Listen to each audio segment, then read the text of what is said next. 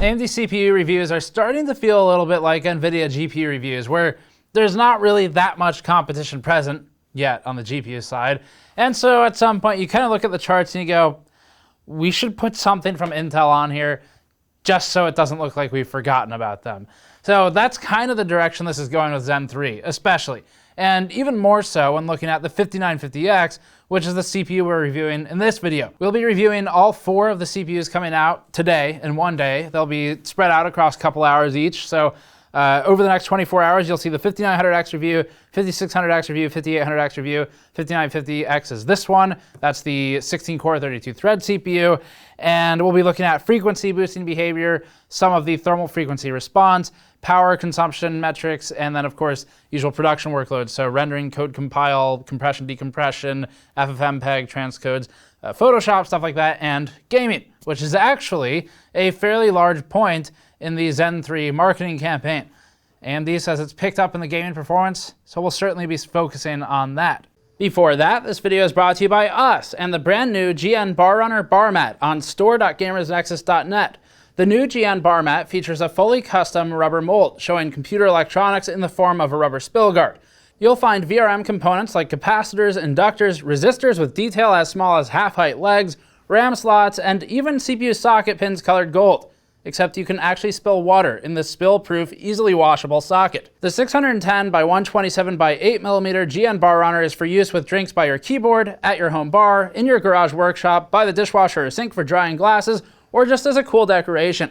We wanted to make the best possible version of a bar mat and put huge emphasis on attention to detail, painstakingly designing every component in Blender for our custom mold. This bar mat spill guard is perfect for PC and electronics enthusiasts who want a truly unique product to represent the hobby. Purchases directly fund our goal to buy thermal and acoustic chambers in the future, so go to store.gamersnexus.net to buy one today. They're in stock and shipping now. Quick recap of the basics in case you missed it. The 5950X is an $800 CPU. It's a replacement for the 3950X, which MSRP was $750 and later it dropped to $700. The 5900X is a $550 CPU that is replacing the 3900X, which recently was about $400 with the XT launch, but originally was about $500. And then there's a 5600X, which is sort of a 3600X replacement, except in actuality, it's a 3600 replacement because nobody bought the X SKUs of the CPUs compared to the volume of the non-X CPUs. We know, we have Amazon data, we can see it. And the reason AMD launched them the way they did, with only a 5600X, only a 5800X, and no non-X SKUs for those, is because, well, no one said they wanted the X SKUs in the original 3000, 2000, and 1000 series, so AMD just made one, and then that's the one you have to buy. So there's been a little bit of price creep. We'll talk about that more as we get down lower in the stack. At the higher end of the stack, when you're talking $800 versus $750 for the type of buyer looking at a 5950X CPU, that's not as big of a difference, especially when considering the fact that there's not a ton of direct Intel competition. The 10980XE is about the closest thing, $200 to $100 ahead of it, but that's HEDT CPU territory, and it's $200 ahead. So we're going to review this thing today. The full specs can be found in the original news piece that we did for the AMD 5000 series CPUs. We're not going to read you the spec brochure in this one, so you can go check that for that data. And let's start off with the 5950X and frequency behavior, then we'll walk through all the production and gaming benchmarks with a focus first on production, since this is a workstation class CPU in a desktop class platform. We'll start by validating frequency behavior with both Blender all-core and Cinebench single-core workloads. This is important because we need to validate that the CPU is actually behaving like it's supposed to, and that there's no motherboard trickery going on that could screw the results and boost things unexpectedly, or tank them unexpectedly. AMD oddly tries to assert in its review materials that all-core frequency doesn't exist anymore, but at the end of the day, they're full of it, and it still does. It's the intent of the phrasing that matters, and there's still an effective average all-core frequency in an all-core workload like Blender. In this Blender all-core workload, we've intentionally zoomed in the scale to make the frequency more visible. The average all-core frequency of the 5950X is about 3977 megahertz for the first 200 seconds, then about 3967 megahertz for the next 200 seconds, and then about 3950 megahertz for the final stretch. This gradual frequency decay is expected behavior from Precision Boost 2, and again, that is explicitly not PBO, which is different and not stock behavior. PB2 is stock behavior, and this is normal. It's contingent upon thermals, which is what we're seeing here. The fastest single thread at any given interval was typically about 60 to 100 megahertz higher than the all-core average. To really teach and show everyone why the frequency boosts in this matter, we wanted to plot the temperature chart as a counter to the frequency. Every couple degrees on Ryzen CPUs is worth a few more megahertz, as we've shown in the past. And that's true with NVIDIA GPUs as well. Here, the frequency falls about 10 megahertz across a 3-degree range. We should also point out that sustained longer workloads are also more likely to slowly settle into a lower frequency than their initial couple of seconds, or maybe up to about 50 seconds or so, depending on the CPU. They'll eventually level out, and again, this is expected behavior for the CPU. In this one, we're looking at Cinebench single-core boosting. At any given interval throughout the test, we measure a maximum single-core frequency per interval, and that maximum here is 5050.4 megahertz. This is beyond the advertised specifications of the AMD R9 5950X, and we actually messaged AMD as a result. We were concerned that the behavior might not be expected, and we were worried that there might be some new sneaky motherboard behavior changing the stock performance of the CPU. Ultimately, we learned that no, this is in fact expected for the CPU, and yes, we did correctly disable any such features and run it properly stock. AMD has had some staff changes since the last generation, and now the company is more accurately marketing its products and sticking to the lower of the achievable numbers from silicon. Each Ryzen CPU has a silicon fitness attribute, and that silicon fitness quality, or silicon quality, will dictate this boosting behavior. AMD's marketed specs are meant to be an at least this time, not an at most and maybe sometimes if you live in fantasy land. So, our CPU is perhaps of the higher silicon quality chips from its 5050 MHz single-core boosting frequencies. This is a very strong start for AMD, and just for reference, we'll also plot the AMD R9 3950X from the previous generation of this class of CPU. That one maxed out at about 4700 MHz for the highest single core per interval. You can ignore the dip in the middle, that's part of the standard testing procedure and is not a result of some weird CPU behavior. We're seeing roughly a 350 megahertz increase in single core boosting, going from the 3950 to the 5950X. Moving on to production benchmarks. Our first one is V-Ray, which, like Blender, is another application that benefits from tile-based rendering performance. The 5950X held 4.7 gigahertz in this one for all core, marking the primary new detail. The 5950X OC improved 13% over the stock 5950X score, while the stock 5950X outperformed the stock 3950X by 22% and the 10900K stock by 73%. Just for an older baseline, the 2700X did 12,432 points at half the core count of the 5950X, allowing the 5950X a lead of 151%. So, clearly, there's a benefit just beyond direct core scaling, as we all expected. The entries marked with 2 asterisks are from older test data from a few months ago, but they're still accurate. We observed under a 2% change from the fresh tests versus the old data, so we've added in these tests as reference points because we didn't run every single CPU again. The 10980XE scored 27,969 points, granting the 5950X stock CPU a lead of 12%. The 3950X at 4.3 GHz all-core allowed a similar lead.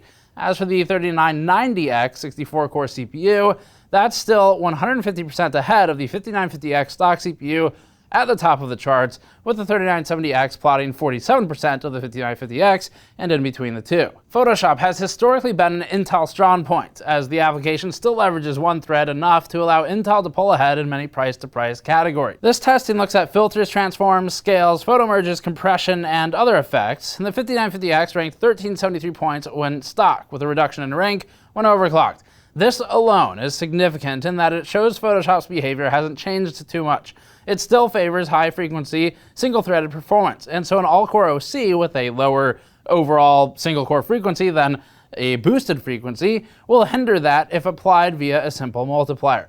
Still, the larger takeaway is that the 5950X stock CPU is outperforming the Intel i9 10900K even at 5.2 GHz with our overclock. Intel has fully ceded its crown here, and it is Intel giving that away. They've had enough time. Although it's losing to a more expensive part, you'll see this trend continue in our other tests too, once we get to the 5900X in one of the next videos. Versus the 3950X, the 5950X stock CPU has improved a staggering 21%. This huge gain is realized from AMD's IPC improvements this generation, coupled with frequency improvements. You won't see this in many other production benchmarks because most of the other ones aren't this heavy on a single thread. So AMD is finally starting to post some serious gains in those hand-on applications where single thread is still massively important. 7-zip compression is next, measured in millions of instructions per second, or MIPS. The 5950X stock CPU completed 132K MIPS, outdoing the 3950X stock CPU's 115K MIPS by 15%. The same 15% lead is shown against the 10980Xe's data from last round. The 5950X 4.7 GHz all-core OC did almost nothing for it, but a memory upgrade, not shown here, did help. You'll have to check back shortly for that data. The 3900X did about 101K MIPS stock, with a 10900K stock at 86K MIPS. To fully illustrate that top performers, especially AMD's top of the line, become memory bound in this test, we can refer you to the 3990X and 3970X from the last round of tests at the top. These two tied in compression and would need faster memory to realize any core count difference. Decompression is next. The 5950X stock CPU completed 219K MIPS, but as you'll see in a video soon, faster memory doesn't much benefit the CPUs in decompression. The 5950X all-core OC did help and boosted the score by 8% to 237K MIPS. The 10980Xe gets left far behind here, outdoing the 3900X and below only. Another point of interest here. The 3950X and 5950X outpaced the 10980Xe more significantly in decompression than they did in compression, with the hierarchy shuffling around it a bit. Our second production benchmark will be Blender, which is one of the most popular 3D modeling and animation tools available. We use Blender internally for product design, like for our brand new GN bar runner bar mats, where we made 3D models in Blender prior to manufacturing the mold, and you can find those on store.gamersnexus.net. Our Blender benchmarks use our own scenes that we built specifically to stress CPUs based on experience using the application ourselves. The GN logo render test is first, which is the most intensive of the workloads. In this one, the AMD R9 5950X is currently chart leader, as we haven't rerun the Workstation class CPUs like Threadripper. The 10980Xe would fall below the 5950X had we recently rerun it. The 5950X was unfortunately unable to sustain the 4.7 GHz all-core OC for Blender despite holding it in most of the other tests. So at 4.6 GHz all-core, it completed the test in 8.1 minutes, which is an improvement over the stock 9.4 minutes of 14%. That's actually a meaningful overclock on an AMD CPU for once, so that's an exciting start. The 3950X stock CPU completed this test in about 9.9 minutes, marking the 5950X stock as about 5% improved. For reference, our 3950X 4.3 GHz OC gets it a 10% reduction of this test, so it would plot about 10.89 minutes if we were to rerun it. The 10900K stock CPU did this in 17 minutes, allowing the 5950X CPU a lead of 81%.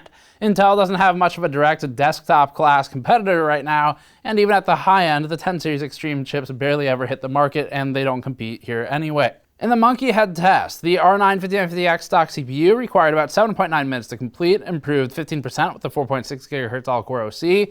The 5950X stock CPU improved by 10% over the 3950X stock CPU, and 29% over the 3900X, and 44% over the 10900K stock. We've replaced Handbrake due to limitations on implementation of the X265 encoder, where scaling on high core count CPUs fell off significantly. We're still testing an H.264 to H.265 transcode, though, using the same video file, but we're now using a pre-built 64-bit version of FFMPEG instead that we've tuned to make this work. We found this to be subject to the same limitations, so now we're doing two tests. One of them is a single pass on the slow preset with some other settings tuned for the benchmark, and then for test 2, we launched 3 simultaneous instances of FFmpeg doing the same task, which is enough to saturate all cores on desktop CPUs. The number reported is the duration required in minutes to complete all 3 simultaneous tasks for that simultaneous benchmark. Dealing with a single file is relatively easy. The R7 2700X sets the floor at 42 minutes for this test, with the 10700K and 3700X alike offering roughly a 33% reduction in time required from this one. The 3950X required 19.6 minutes, and the 5950X improved over that by 17%. Switching over to FFmpeg and the 3x file test, we see it starts to fall apart on the more core-limited CPUs, like the 2700X. This one took 112 minutes this time, about triple the time required, linearly scaling, to finish 3 files. The 5950X, however, maintained a 36-minute completion time, requiring about a 120% increase over a single file. That's positive scaling here for the higher core count CPU. Code compile is next. The 5950X required about 46 minutes to compile Chromium with our test setup, which has the 3970X and its 32 cores at 32% less time than the 5950X. The 5950X improved over the 3950X by 8%, over the 10980XE's 55-minute result by 16%, and over the 10900K stock by 43%. Time to get into game testing. All of this testing uses completely new data and has moved to an EVGA RTX 3080 FTW3 from the 2080 Ti previously. We'll start with reintroducing Civilization 6 and the turn time benchmarks, which look at time in seconds to complete a turn, measured against 20 total turns. This has historically been an Intel-favored benchmark, as it's relatively dependent on IPC. The AMD R9 5950X opens at 26.6 seconds average turn completion time, besting the Intel 10900K at 5.2 GHz at 9% less time required. An extra 3 seconds might not sound like a ton, but multiply that against each AI player before you get to play, and then remember that increasing complexity in longer games will increase the turn time. The 10600K at 5 GHz does okay here at 32 seconds, and is better value than the 10900K. That said, its real competitor would be the 5600X, which we'll be looking at later today. The 5950X OC marginally helped, but not in a way which is really visible past 1 decimal point, so you might as well run it stock for a game like this. In Red Dead Redemption 2, we measured the 10900K stock CPU at 177 FPS average, with an overclock marginally improving performance. The lows were 115 and 105, which is relatively proportional against the average. The 5950X stock CPU ran about 168 FPS average stock and overclocked, allowing the 10900K stock CPU a lead of about 5.4%. The 5950X has disproportionately less consistent frame times here as well, represented by the lower lows, but not in a way which is stuttery or particularly noticeable as a player. Intel has an objective advantage here, but as with the past few generations, it's diminishing in how noticeable it is. The 3950X ran this game at 149 FPS average, which means that the 5950X improved over last gen for this particular game by about 13%. In a fully GPU-constrained scenario with high settings, the same benchmark truncated the stack, but left the hierarchy mostly untouched. The 10900K still leads the 5950X stock CPU by about 4%, down from 5.4%. The Total War Three Kingdoms battle benchmark is up now. The AMD R9 5950X stock CPU ran 206 FPS average, with the overclock not advancing the numbers meaningfully. Lows were 146 and 127, which are fine. The Intel i9 10900K at 5.2 GHz ran at 195 FPS average, allowing the 5950X a lead of 5.9%. Remember, most games don't actually use those extra cores over the 5900X or 5800X in a way that produces benefit. So this performance should scale down to the other AMD CPUs as well, and still retain most of the positive advancements. You'll see those other AMD reviews shortly on this channel, so make sure you're subscribed and check back throughout the day to catch them. The 10600K still provides good value, although we don't see benefit from a 5 GHz overclock here. Our 5.1 overclock often provides about 1 FPS advantage in this game, so not particularly useful for the Total War benchmarks. Compared to the 3950X, the 5950X stock CPU improved 25% for the Three Kingdoms battle benchmark at 1080p. At 1440p, the chart becomes truncated as a result of the increased GPU load. The 5950X stock CPU and the overclock were within test variance, both at about 138 FPS average. The 3950X also ran 137 FPS average, and the 10900K is stuck at about 131 FPS average. The entire stack here is hitting GPU limitations at some point during the pass, and so it does mostly invalidate the data as being useful for determining a difference between CPU performance. That said, the 5950X does have a technical lead here, where historically that would have been Intel in that position. The Division 2 is next. The 5950X stock CPU performed at about 241 FPS average, with an overclock not hurting, but not helping. The 10900K stock CPU ran 218 FPS, with an OC at 226 FPS average. The lows are proportional in all of these results thus far. The 5950X stock holds a 10% lead over the 10900K stock, with the 5950X OC about 7% ahead of the 10900K OC results. We haven't yet rerun the 3950X in this game due to time, but the 3900X was at about 193 FPS average for point of reference. In Shadow of the Tomb Raider, the AMD R9 5950X stock CPU ran about 203 FPS average, with its overclock actually proving beneficial and boosting an additional 5.2%. The 10900K held 195 to 198 FPS average, resulting in a 4.3% advantage that favors the 5950X in stock-to-stock performance. Compared to the 3950X, the 5950 has improved by 32% in average frame rate for this title, with lows also getting dragged up alongside it. F1 2020 is another game that has shown disproportionately high focus on frequency and IPC, as with all the other F1 games. This game runs so easily on GPUs that we're in the hundreds of FPS territory, but scaling is still predictable. The 5950X stock performance outdid Intel's 10900K stock and OC numbers by about 9%, and outdid the 3950X by about 36%. If you want a baseline against the 2000 series, the 2700X is down at a measly 199 FPS average. Clearly, this is utterly unplayable, and our consumerist urge should overcome all senses at this point. The 5950X made major inroads here to top these charts, and that, in all seriousness, is a total change from the last generation. The 10900K last time held a lead over the 3950X by about 24%, as still seen here. So this is a big switch up for AMD. We're going to stop there for gaming benchmarks for now. We've established a pattern. The 5950X is clearly doing well here, and we'll leave more games for the 5600X review, which is more gaming targeted. We allocated more time in this one for the production workloads instead, given the nature of the 5950X. Power testing is up now. We conduct all power benchmarks at the EPS 12-volt cables and not at the wall, so our numbers give you a fairly accurate depiction of CPU-only power. For the most part, you can linearly combine this with our GPU power numbers to get an approximate total system power requirement if assuming 100% load scenarios. Starting with a long-term bench and blender past Intel Tau expiry, this plots the 10900K stock CPU at about 130 watts. The 3900X here is at 150 watts, and the 3950X is at 138 watts. This is not a mistake. Note that because the power is obviously derived from the voltage, the 3950X and its operating voltage is lower as the silicon quality is higher. As for the new 5950X, that measured at about 120 watts in the same workload.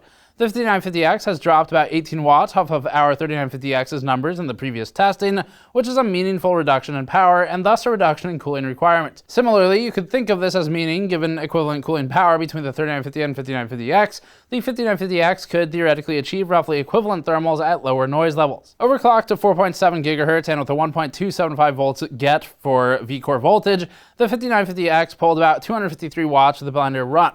The efficiency is completely out the window at this point, and our Arctic Liquid Freezer 2 280 is completely maxed out. We had zero more room for additional increases in voltage or frequency. If we pushed this thing any higher, it would either follow some kind of throttling or would just crash. So this is the limit of what our CPU can do with our standardized 280 cooler. Cinebench power is taken prior to Tau expiry and sooner in the workloads. The numbers shift a little bit for Intel. The change is primarily in something like the 10900K, where within the first 52 seconds of a workload, we see it pulling 200 watts on our board, up from 130 watts in the post-Tau expiry testing.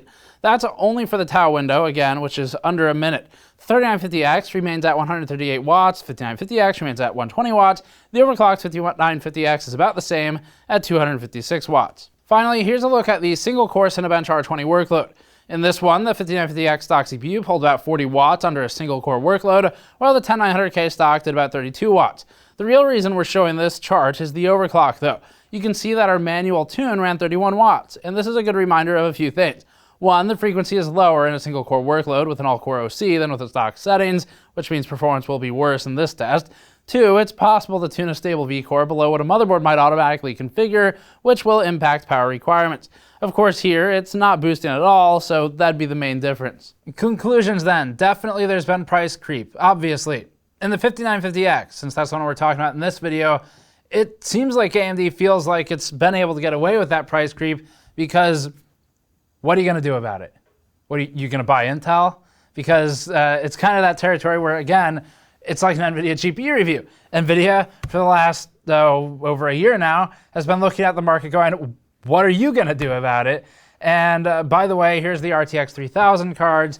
And if you want to see an AMD card on the charts, you basically have to look for a 5700 XT because there's nothing else that's close to those. Now, AMD's in that position where we're pulling up old data from a 10980XE for a couple charts just because, well, the 10980XE is technically the competitor to the 5950X, but nobody is actually buying it right now, at least not that many people. It does have its upsides, like overclocking, for example, but the 10980XE was never particularly available as an in-stock to begin with, and we'll see how this launch goes. And it also was basically instantly killed by the 3950X, except for in a few key applications. The 5950X has effectively determined that the 10980XE has no territory left where it can meaningfully compete for most people. Overclocking, sure, there's a little bit there, but we'll see once we get to our overclocking live streams of the 5950X if the 10980 can even hold on in that territory, especially with PCIe Gen 4 advantage, where even 1% extra performance means something when you're talking competitive overclocking, whereas it might not in just gaming. So then, the 5950X IPC gains are real. They are realized in some workstation applications, but primarily and most heavily in games, where in some games, across the 4 CPUs we're reviewing today, we've seen uplift approaching 40% versus the previous generation. And you'll see some of that in the 5900 and 3900X reviews. Whether or not it's worth buying, of course, depends on if you're happy with your current system. If it's doing what you like and you haven't really felt a need to upgrade, then, well, don't bother, just wait. But if you're unhappy with current system performance, and let's say you're on maybe a 2700X, 1700 or 7700K, something like that, this is probably a good launch to look at for an upgrade option, especially if you're interested in improving specifically on the gaming side of things. If you didn't want to buy Ryzen because you only do workstation applications like Premiere sometimes and gaming the rest of the time, now there's really nothing left that Intel's hanging on to. Red Dead 2, that was about the only instance where we saw Intel technically still in a lead class for class. So it's embarrassing. Embarrassing is the right word for Intel right now, where we're putting additional Intel CPUs on a chart, just like we're putting additional AMD GPUs on a chart, just so that people can see there is in fact another company that makes this component. Not particularly competitively right now, but it's out there. One major takeaway for this CPU, the 5950X, is that you still shouldn't be buying this for a gaming-only system. It's not going to make sense. Some of these games you're looking at basically error for the differences. Save that for the lower-end AMD CPUs, and we'll help you pick between the 59, 58, and 5600Xs in the next couple of videos. But 5950X should be reserved for basically workstation tasks where you aren't as memory restricted. If you need more capacity or more bandwidth, probably wait for Threadripper. But if not, and you just need the cores for cheap, and you don't need the PCIe lanes afforded by the quote-unquote cheaper Threadripper parts, then the 5950X makes sense in those scenarios. So that's it for this one. Thanks for watching. As always, subscribe to catch the additional reviews coming up ASAP. They'll all be live today, and we'll have follow-up coverage as well, including 3600 megahertz memory testing for those of you curious about that angle of things. You can go to store.gamersnexus.net if you would like to support us directly, for example, by buying one of our GN Bar Runner bar mats that just launched about a week ago. These things are awesome, have been selling really well, so thank you for the support. And you can go to patreon.com/gamersnexus. We'll see you on the next one.